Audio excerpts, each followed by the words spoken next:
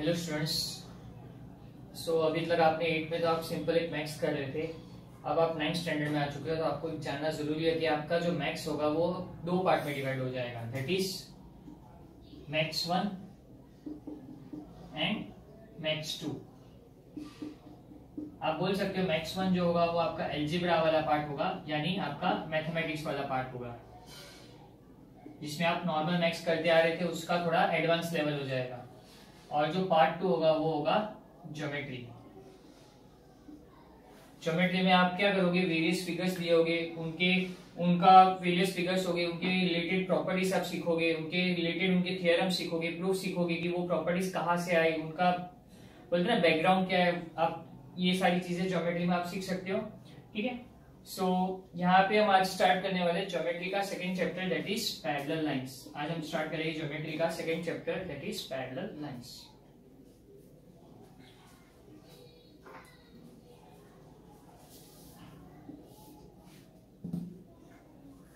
आज हम text book का कोई पार्ट नहीं करेंगे, हम सिर्फ पैरेलल लाइंस का बेसिक कंसेप्ट करेंगे।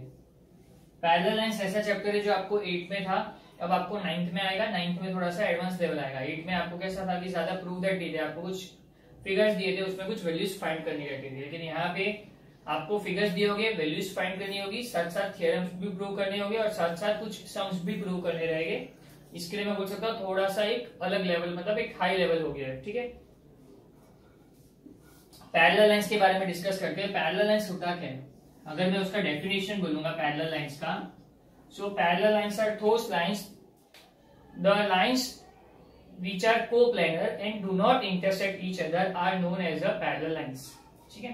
तो यहाँ पे अगर मैं बोलूंगा ये A और ये B, ये लाइन AB है और ये लाइन CD है, ये दोनों लाइंस क्या है, साथ साथ में चल रही है, साथ साथ में चल रही है, मतलब they are coplanar and they will never intersect each other. अगर ये स्ट्रेट जा रही है तो ये भी स्ट्रेट जाएगी और आपस में जाके कभी टकराएगी नहीं। दो लाइंस जो एक साथ पैरेलल चलती है, मतलब एक साथ साथ में चलती है लेकिन कभी एक दूसरे से टकराती नहीं है, उस लाइंस को हम क्या बोलते हैं, पैरेलल लाइंस, ठीक है। तो यहाँ पे लाइन AB और लाइन CD दो पैरेलल लाइंस है। अगर मैं और एक लाइन ड्रॉ कर दूं तो ये लाइन EF, ये भी पैरेलल लाइन होगी। तो पैरेलल लाइन में जरूरी नहीं है कि 2 लाइन हो, 3 लाइन भी आपस में एक साथ पैरेलल हो सकती है, मतलब जितनी लाइन चाहे उतनी लाइन आपस में पैरेलल हो सकती है, जरूरी नहीं कि सिर्फ 2 लाइन ही हो, ठीक है ना। क्योंकि ये तीनों लाइन के बारे में देखोगे, तीनों एक ही डायरेक्शन में जा रहे हैं और दोनों के बीच में कैसा है कि दोनों स्ट्रेट जा रहे हैं और कभी आगे जाके ये लाइन इससे टकराएगी नहीं, ये इससे टकराएगी नहीं, सब तीनों स्ट्रेट जाते जाएंगे, तो कभी एक दूसरे से टकराने वाले नहीं है। तो मैं बोल सकता हूँ तीनों लाइन एक दूसरे से पैरेलल होगी, ठीक है। अब ये लाइन का नेमिंग किस तरह से होता है, ये जो लाइन का नेमिंग कर रहा हूं इसको मैं देता हूँ लेट से L, M और N। आप कभी भी सम करते हो, कुछ भी करते हो, तो आपको सबसे पहला क्या ध्यान रखना है, जो भी आप लाइन लोगे उसको कैपिटल लेटर से डिनोट नहीं करना। लाइन हमेशा क्या होती है, स्मॉल लेटर से डिनोट करती है। यहाँ पे स्मॉल L, स्मॉल M और स्मॉल N। लाइन का डिनोट किस तरह से करते हैं हम लोग, स्मॉल L, स्मॉल M यानी स्मॉल L, मतलब स्मॉल लेटर से डिनोट करते हैं। कभी यहाँ पे लाइन को कैपिटल लेटर्स नहीं लिखने लाइन के आगे, ठीक है। लाइन का जब भी नेमिंग करोगे स्मॉल लेटर्स में लिखना है, ठीक है। तो पैरेलल लाइंस क्या होगी, तो मैंने आपको सबसे पहले पैरेलल लाइंस का डेफिनेशन बता दिया, मैं साथ साथ में लिख भी देता हूं। पैरेलल लाइंस ऐसी लाइंस होती है, lines which are coplanar and do not intersect each other. The lines that are coplanar and do not intersect each other are said to be parallel lines. ये आपका स्ट्रेट चैप्टर का introduction हो गया, parallel lines इसका definition हो गया। Second concept हम इसमें स्टडी करेंगे वो होगा ट्रांसवर्सल। ट्रांसवर्सल क्या होता है, अगर मैं बोलूं कि ये एक लाइन पैरेलल है, line L is parallel to line M, ये लाइन L है और ये लाइन M है, line L is parallel to line M। Suppose कोई एक लाइन है जो इन दोनों लाइंस को कट कर रहा है, लेट्स से लाइन P। कोई लाइन है जो ये दोनों पैरेलल लाइंस को कट कर रहा है, कट कर रहा है मतलब इसको दो पार्ट में ब्रेक कर रहा है, तो ये जो लाइन होती है जो इनको कट करती है वो लाइन को क्या बोलते हैं? Transversal. Transversal is a line which intersect two parallel lines या टू और मोर पैरेलल लाइंस। तो इंटरसेक्ट यहाँ पे इसको कट कर रहा है, मतलब मैं बोल सकता हूँ line P is the transversal. आई बात समझ में? तो ये मैंने ट्रांसवर्सल के बारे में बता दिया। The line that cuts the parallel lines are known as a transversal. ठीक है, तो पैरेलल लाइंस समझ में आ गया आपको, ट्रांसवर्सल समझ में आ गया। अब हम आगे बढ़ते हैं। पैरेलल लाइंस और ट्रांसवर्सल के बाद थर्ड पार्ट जो हम स्टडी करेंगे वो होगा इंटरसेप्ट। हर एक चीज हम लोग समझ लेते हैं। सबसे पहले हमने डिस्कस किया पैरेलल लाइन क्या होता है, उसके बाद हमने डिस्कस किया ट्रांसवर्सल क्या होता है। अब हम नेक्स्ट पार्ट जो करेंगे वो है इंटरसेप्ट। इंटरसेप्ट मतलब क्या होता है? जब ये ट्रांसवर्सल दो लाइन को कट कर रही है, मैं फर्स्ट लाइन को, ये जब ट्रांसवर्सल जिस पॉइंट पे कट कर रहा है उस पॉइंट को मैं ए दे देता हूं। अब ये जो ट्रांसवर्सल पी है, सेकेंड लाइन को जिस पॉइंट पे कट कर रहा है उस पॉइंट को मैं दे देता हूं बी। तो अगर मैं बोलूंगा तो इंटरसेप्ट क्या हो जाएगा? Intercept is nothing but the distance between two parallel lines. Intercept is nothing but the distance between this two parallel lines. तो यहाँ पे ए और बी, तो ए और बी क्या हो जाएगा? इंटरसेप्ट। अगर मैं और एक लाइन ड्रॉ कर देता हूँ, लेट्स से लाइन एन, और यहाँ पे पॉइंट ले लेता हूँ सी, तो यहाँ पे कैसे इंटरसेप्ट होगा? ए बी एक इंटरसेप्ट तो है ही, साथ साथ में बीसी भी है और एक इंटरसेप्ट हो जाएगा, और साथ साथ में एसी और एक इंटरसेप्ट हो जाएगा। तो मैं बोल सकता हूँ यहाँ पे तीन इंटरसेप्ट है। किस तरह से? फर्स्ट सेकेंड लाइन के बीच का डिस्टेंस हो गया ए बी, सेकेंड थर्ड के बीच का डिस्टेंस हो गया बीसी, और फर्स्ट और थर्ड लाइन के बीच का डिस्टेंस हो गया एसी। तो इंटरसेप्ट क्या होता है? Intercept is nothing but the distance between two parallel lines. तो ये हो गया इंटरसेप्ट। तो आपको इंटरसेप्ट भी समझ में आ गया। इंटरसेप्ट हो गया, ठीक है। अब हम वेरियस एंगल्स के बारे में यहाँ पे डिस्कस करेंगे। पैरेलल लाइंस के रिलेटेड जो जो कंसेप्ट है, जो जो एंगल्स है, वो हम लोग डिस्कस करेंगे। मैं line L is parallel to line M ले लेता हूं। Line P is the transversal ले लेता हूं, ठीक है। लाइन एल को मैं यहाँ पे और एक नेमिंग दे देता हूं, ए और बी। इसको ले लेता हूं सी और डी। इस पॉइंट को नाम ले लेता हूं ई। इधर ये कट कर रहा है एफ, इधर भी कट कर रहा है जी, और ये पार्ट हो गया H.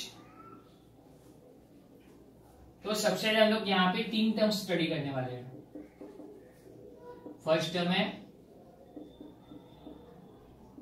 Corresponding angles, second term है इंटीरियर एंगल्स, थर्ड टर्म है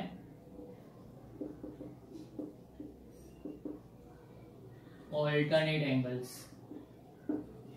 ठीक है, यहाँ पे हमको तीन टर्म स्टडी करने, that is corresponding angles, interior angles और ऑल्टरनेट एंगल्स। आज हम सिर्फ डिस्कस करेंगे करस्पॉन्डिंग एंगल्स के बारे में। आज के लेक्चर में हम सिर्फ डिस्कस करेंगे करस्पॉन्डिंग एंगल्स के बारे में। बहुत आसान है। अब करस्पॉन्डिंग एंगल्स होता क्या है? तो सबसे पहले तो मैं करस्पॉन्डिंग एंगल्स को साइड में रखते सबसे पहले मैं डायग्राम देखता हूँ। डायग्राम में हम ऑब्जर्व करेंगे तो यहाँ पे कितने एंगल्स है। जब दो पैरेलल लाइन को एक ट्रांसवर्सल कट करता है तो ये टोटल कितने एंगल्स में डिवाइड करता है? अगर आपको नहीं पता तो मैं बता देता हूँ। देखो, एक एंगल ये हो गया, दूसरा एंगल ये हो गया, तीसरा एंगल ये हो गया, चौथा एंगल उसके नीचे वाला हो गया। समझ में आ रही बात? ये फर्स्ट एंगल हो गया, ये सेकेंड एंगल, ये थर्ड एंगल हो गया, ये फोर्थ एंगल, ये फिफ्थ एंगल हो गया, ये सिक्स्थ एंगल, ये सेवेंथ एंगल हो गया, और ये एट एंगल। अगर मैं बोलूंगा यहाँ पे टोटल दो पैरेलल लाइंस को एक ट्रांसवर्सल जब कट करता है तो टोटल कितने एंगल्स फॉर्म होते हैं? 8 एंगल्स फॉर्म होते हैं। मैं नेमिंग दे देता हूं 1 2 3 4 5 6 7 8। टोटल 8 एंगल्स फॉर्म होते हैं। आ रही है बात समझ में? मैंने यहाँ पे नाम दिया था F, यहाँ पे दिया था G। मैं इसको साइड में लिख देता हूँ, ठीक है। टोटल 8 एंगल्स फॉर्म हो गए, 1 2 3 4 5 6 7 8। इसमें से करस्पॉन्डिंग एंगल्स, अब यही जो एंगल्स है ना 1 2 3 4 5 6 7 8, इसमें से ही आपको करस्पॉन्डिंग एंगल्स मिलेंगे। इसी में से आपको इंटीरियर एंगल्स मिलेंगे और इसी में से आपको ऑल्टर्ड एंगल्स भी मिलेंगे। तो सबको फाइंड करने का कोई तरीका होता है। मैं एक फिक्स मेथड बता दूंगा कि जिससे आप आइडेंटिफाई कर सकते हो कि कौन सा करस्पॉन्डिंग एंगल है, कौन सा इंटीरियर एंगल है और कौन सा ऑल्टर्ड एंगल है। मैं आपको एक फिक्स पैटर्न बता दूंगा, ठीक है। तो मैंने पहले ही बताया कि आज हम सिर्फ करस्पॉन्डिंग एंगल के बारे में बात करेंगे। तो करस्पॉन्डिंग एंगल किस तरह से फाइंड करते हैं, देखिए। और ये जो ट्रांसवर्सल है, ट्रांसवर्सल के इस तरफ 4 एंगल है और ट्रांसवर्सल के उस तरफ 4 एंगल है। टोटल 8 एंगल्स है। और अगर मैं करस्पॉन्डिंग एंगल के बारे में बोलूंगा तो यहाँ पे मुझे कितने पेयर्स मिलते हैं, 4 पेयर्स ऑफ करस्पॉन्डिंग एंगल्स मुझे मिलेंगे। कितने पेयर्स मिलेंगे, 4 पेयर्स ऑफ करस्पॉन्डिंग एंगल्स। मुझे 4 पेयर फॉर्म होगी करस्पॉन्डिंग एंगल्स की। अब वो किस तरह से ढूंढनी है, देखो। ट्रांसवर्सल के इस तरफ एक पेयर बनाओ ऑड नंबर का, तो 1 और 3 एक ऑड नंबर है। सेकेंड और फोर्थ भी ऑड नंबर है, तो सॉरी इवन नंबर है। तो अगर मैं फर्स्ट और 3 का पेयर बना रहा हूं, एंगल 1 कॉन्ग्रेंट टू एंगल 3, तो ये फर्स्ट पेयर बनाओ ऑड नंबर का, मतलब ये एंगल और ये एंगल ऑड नंबर्स का पेयर हो गया। ये मुझे देगा एक करस्पॉन्डिंग एंगल, ये फर्स्ट करस्पॉन्डिंग एंगल मिल गया मुझे। पहले एक ऑड का पेयर बनाना है, फिर एक इवन का पेयर बनाना है। अब मैं इवन का पेयर बनाऊंगा तो एंगल 2 के साथ कौन पेयर फॉर्म करेगा, एंगल 4। पहले आप आराम से नंबर से समझ लो, फिर हम लोग लेटर से समझेंगे। पहले नंबर से समझ लो, नंबर से लिखेंगे तो फर्स्ट और थर्ड एक पेयर फॉर्म कर रहा है, फर्स्ट और थर्ड एक करस्पॉन्डिंग एंगल का पेयर फॉर्म करेगा। सेकेंड और फोर्थ एक पेयर फॉर्म करेगा, मतलब एक ऑड नंबर का एक पेयर होगा, एक इवन नंबर का पेयर होगा। ट्रांसवर्सल के इस तरफ, ये जो ट्रांसवर्सल है उसके इस तरफ की बात चल रही है। सेम वे में ट्रांसवर्सल के उस तरफ भी ऑड नंबर का एक पेयर फॉर्म होगा और इवन नंबर का एक पेयर फॉर्म होगा। किस तरह से, angle 5 is congruent to angle 7, 5 is congruent to 7, ये ऑड का पेयर फॉर्म हो गया। और angle 6 is congruent to angle 8, ये इवन का पेयर फॉर्म हो गया। तो ऐसे मेरे पास 4 पेयर फॉर्म हो गए। पहले हम लोग सिर्फ नंबर से सीखेंगे कि नंबर से किस तरह से करना है। लेटर से डायरेक्ट लेटर से करूंगा तो आपको थोड़ा कंफ्यूजन होगा। पहले नंबर से समझ लीजिए कि सबकी पोजीशंस किस तरह से होगी, ठीक है। मैं ये डायग्राम फिर से बता देता हूँ किस तरह से बनाना है, किस तरह से एंगल्स फॉर्म करना है। आप देख लीजिए, फिर इसको कंपेयर कीजिए। पहले ये दिमाग में बिठा लीजिए, आराम से एक एक करके करते हैं हम लोग। मैं ये डायग्राम फिर से ड्रॉ कर देता हूँ। इस बार मैं लेटर्स कुछ नहीं यूज करूंगा, मैं खाली इस तरह से लिखूंगा। देखो, ये एक लाइन L है, ये लाइन M है, P ट्रांसवर्सल है। अब यहाँ पे अगर कितने लेटर्स मैंने किस तरह से लिखे थे, फर्स्ट एंगल के लिए लेटर 1, सेकेंड एंगल के लिए लेटर 2, थर्ड एंगल के लिए लेटर 3, फोर्थ एंगल के लिए लेटर 4। यहाँ पे अल्फाबेट ले लिया 4। फिर यहाँ पे फिफ्थ एंगल के लिए 5, सिक्स्थ एंगल के लिए 6, सेवेंथ एंगल के लिए 7 और 8 एंगल के लिए 8। इस तरह से मैंने 8 एंगल्स मुझे फॉर्म हुए। मैंने 8 एंगल्स को इस तरह से नेमिंग दे दिया। तो कैसे 8 एंगल्स फॉर्म हुए आपको दिख रहा है, इस तरह से 8 एंगल्स फॉर्म हुए। अब मैंने क्या बोला था, ट्रांसवर्सल के आपको है ना टोटल करस्पॉन्डिंग एंगल्स, ट्रांसवर्सल से टोटल 8 एंगल्स फॉर्म होते हैं और उस 8 एंगल्स में से आपको 4 पेयर ऑफ करस्पॉन्डिंग एंगल्स मिलते हैं। अब वो 4 पेयर किस तरह ढूंढना है, मैंने पहले क्या बोला था, पहले ट्रांसवर्सल के इस तरफ देखो, ट्रांसवर्सल की तरफ है ना इवन ऑड नंबर का एक पेयर फॉर्म करो और इवन नंबर का एक पेयर फॉर्म करो। जब मैंने ऑड नंबर का एक पेयर फॉर्म किया तो एंगल 1 और एंगल 3 एक पेयर फॉर्म हो गया और वो क्या है, first pair of corresponding angle. फिर 2 और 4 का मैंने एक पेयर फॉर्म कर दिया, वो क्या हो गया, second pair of corresponding angle. फिर मैंने 5th और 7th का एक पेयर फॉर्म कर दिया, वो क्या हो गया, third pair of corresponding angle. फिर मैंने 6th और 8th का एक पेयर फॉर्म कर दिया, वो क्या हो गया, fourth pair of corresponding angles. इस तरह से मुझे 4 पेयर ऑफ करस्पॉन्डिंग एंगल्स मिले। आ रही है बात समझ में, ये मैंने नंबर से समझ लिया। नंबर से एक बार अच्छे से देख लो आप लोग, मैं यहाँ पे वेट कर रहा हूँ, आप 2 मिनट अच्छे से देख लो नंबर से किस तरह लिया, फिर हम लोग अल्फाबेट से देखेंगे।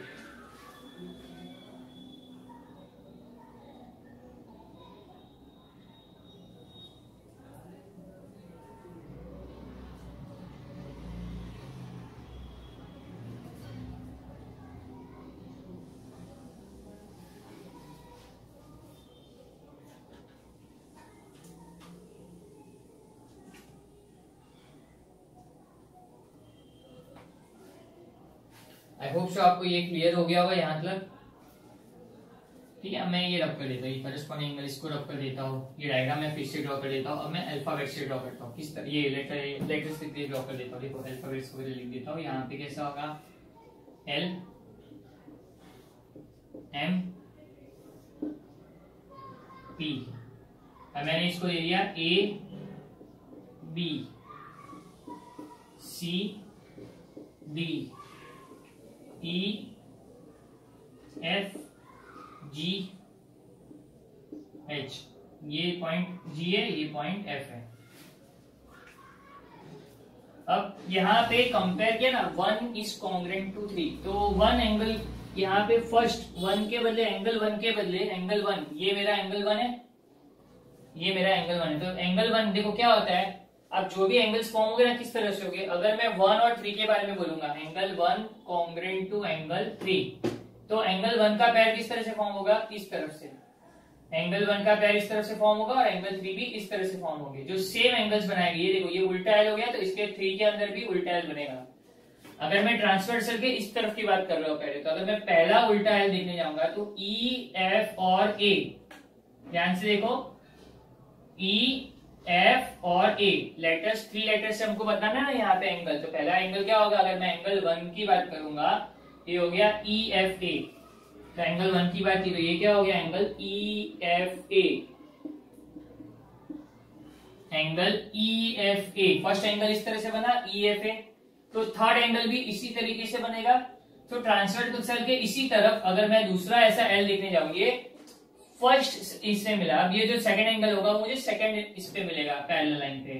फर्स्ट एंगल मुझे फर्स्ट पैरेलल लाइन पे मिला, सेकंड एंगल मुझे सेकंड पैरेलल लाइन पे। अब मैं देखूंगा तो एफ जी और सी, ये देखो ये एक ऐसा एल फॉर्म कर रहा था, तो ये उल्टा एल इधर भी सेम वे में उल्टा एल फॉर्म हुआ, तो ये क्या हो गया, एफ जी और सी। ध्यान से देखो ये लेटर 1 है, ये 1 इस एंगल 1 है, एंगल 3, तो angle 1 is congruent to angle 3, तो एंगल 1 को किस तरह से डिनोट करना है, E F A. E F A कैसा हो गया, उल्टा एल फॉर्म हो गया। तो और एक उल्टा एल देखना है जो ट्रांसवर्सल के इसी तरफ हो। तो ट्रांसवर्सल के इसी तरफ जब हमने देखा तो ई एफ ए के जैसा कौन सा एंगल बन रहा था, एफ जी और सी। ये हो गया एफ जी और सी, ये मैंने और एक एंगल ले लिया। अब मैं लिखूंगा सेकंड और फोर्थ। सेकंड और फोर्थ मैंने ये एंगल और ये एंगल ले लिया, बराबर, ये दोनों एंगल ले लिया। अब मुझे ये दो एंगल लेने हैं, तो एंगल 2 और एंगल 4 किस तरह से बनेंगे, एंगल 2 और एंगल 4 किस तरह से बनेंगे। देखो ये कैसा होगा, ऐसा होगा, 7 फॉर्म करेंगे। एंगल 2 और एंगल फॉर्म कैसे होगा, 7 फॉर्म करेंगे, ऊपर नीचे 7 फॉर्म करेंगे, ठीक है।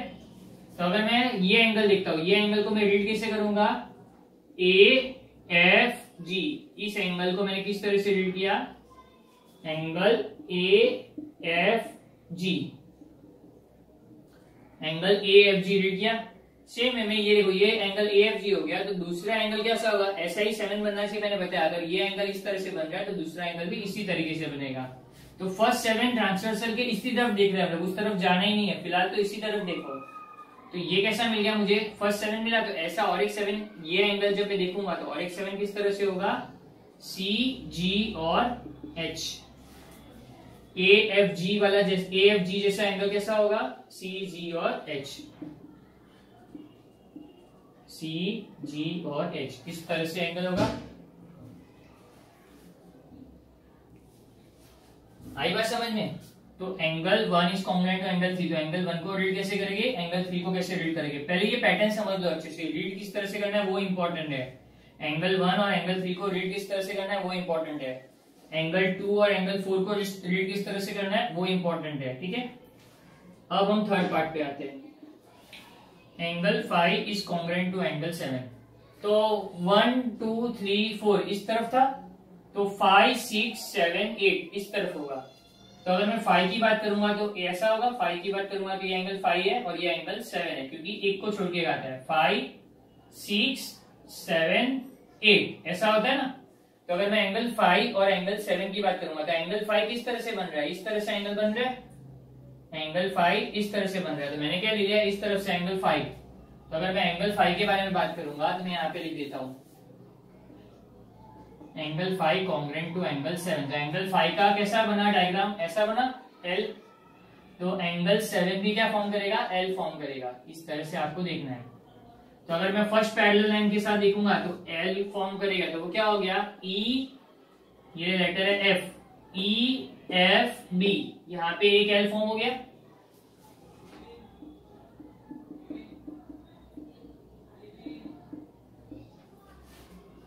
ई एफ बी, तो सेकेंड एंगल क्या होगा, एफ जी और डी। ये angle E F B first angle हो गया, तो सेकेंड एंगल क्या होगा, एफ जी और डी।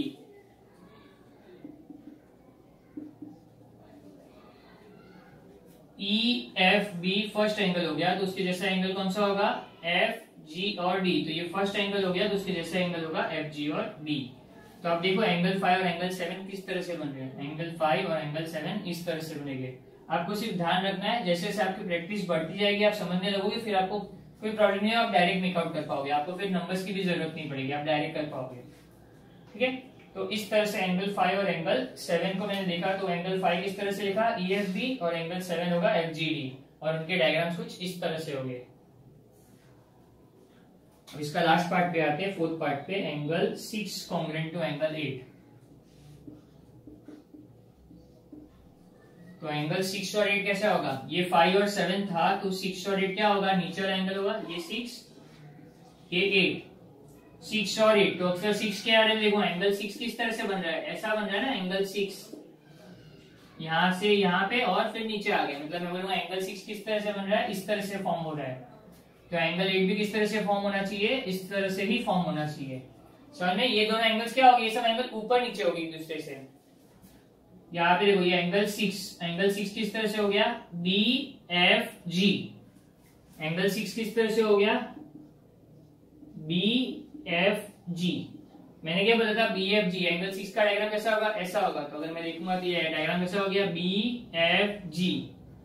अब एंगल 8 का डायग्राम भी इसी तरह से होना चाहिए, तो दूसरा एंगल उसके नीचे ही सेम वे में दूसरा एंगल क्या आएगा, देखो फर्स्ट एंगल ऐसा आया, तो दूसरा एंगल उसके नीचे ही ऐसा आ गया, B G H, congruent to angle D G H. समझ में आ रही है बात, ये मैंने लिख दिया यहाँ पे, मैंने यहाँ तक पूरा समझा दिया। मैं ये सारी चीजें करस्पॉन्डिंग एंगल्स किस तरह से है, मैं आपको कॉपी से रिवीजन दे देता हूँ, आप अच्छे से देख लो। सबसे पहले मैंने फर्स्ट एंगल कैसा लिया, ई एफ ए, ये ऐसा उल्टा एल बना, तो दूसरा एंगल उसके नीचे वापस उल्टा एल फॉर्म करेगा। तो अगर मैं देखूंगा ई एफ ए लिया, तो दूसरा एंगल क्या होगा, ई एफ ए, तो नीचे क्या आएगा, F G C. E F A लिया तो एफ जी और सी, ये फर्स्ट एंगल हो गया, फर्स्ट एंगल, और ये थर्ड एंगल। अब मैं सेकंड पार्ट देखूंगा, ये वाला एंगल देखूंगा, तो क्या होगा, ए एफ जी। अगर मैं इस तरह से ले रहा हूँ ए एफ जी, तो उसके नीचे ही वापस देखेंगे तो सेम है, ये कैसा एंगल बना, ऐसा बना, पहले स्ट्रेट फिर नीचे, तब वापस स्ट्रेट और नीचे जाएंगे तो कैसा होगा, सी जी एच। आप कंपेयर कर सकते हो, ए एफ जी के साथ सी जी एच आ गया। ये हुई इस तरफ की बात। अब मैं उस तरफ आता हूं, इन दोनों को एंगल को देखता हूं। देखो ये फर्स्ट एंगल देखता हूं, ये ई एफ बी, पहले स्ट्रेट फिर राइट, तो अब वापिस मैं क्या करूंगा, पहले स्ट्रेट फिर राइट, तो मतलब ई एफ बी लिया, तो उसके साथ सेम एंगल उसके नीचे फॉर्म होगा, कैसा एंगल होगा, एफ जी और डी, पहले स्ट्रेट फिर राइट, फिर वापस स्ट्रेट फिर राइट, इस तरह से मैंने 2 बार फॉर्म कर लिया। अब मैं ये दोनों एंगल्स की बात करूंगा, तो ये वाला एंगल किस तरह से बन रहा है, पहले मैं रिवर्स में स्ट्रेट आया इस तरह से, और फिर क्या हो गया, नीचे की तरफ गया। पहले मैं क्या कर रहा हूँ, लेफ्ट टू राइट आ रहा हूँ, और फिर मैं नीचे की तरफ जा रहा हूँ, सॉरी राइट टू लेफ्ट आ रहा हूँ, और फिर मैं नीचे की तरफ जा रहा हूँ। मतलब मैंने क्या किया, पहले एक स्ट्रेट लाइन ड्रॉ किया, फिर नीचे की तरफ लिया, तो वैसे ये एंगल क्या हो गया, B F G, B F G हो गया। तब मैं वापस स्ट्रेट लाइन लेके नीचे की तरफ आऊंगा, तो वो क्या होगा, डी जी और एच, तो ये एंगल मुझे मिल गया, नीचे वाला एंगल। तो ये वाला पार्ट यहाँ पे आपका खत्म हो जाता है। इस तरह से आपको करस्पॉन्डिंग एंगल्स फाइंड करने हैं। तो आपका ये वाला पार्ट आपको अच्छे से समझता है, जो भी होगा अब हम इसी से वापस करस्पॉन्डिंग एंगल से हम लोग स्टार्ट करेंगे, लेकिन नेक्स्ट लेक्चर में मैं करस्पॉन्डिंग एंगल्स का ज्यादा डिटेल में नहीं जाऊंगा, थोड़ा सा स्टार्ट करूंगा, उसके बाद हम लोग करेंगे ऑल्टरनेट एंगल्स और इंटीरियर एंगल्स। तो आज का लेक्चर मैं यहीं पे वाइंड अप कर देता हूँ। आप लोग ये अच्छे से समझ लेना, जब तक ये समझ में ना आए आप लोग नेक्स्ट लेक्चर में ध्यान मत देना, ठीक है। चलिए।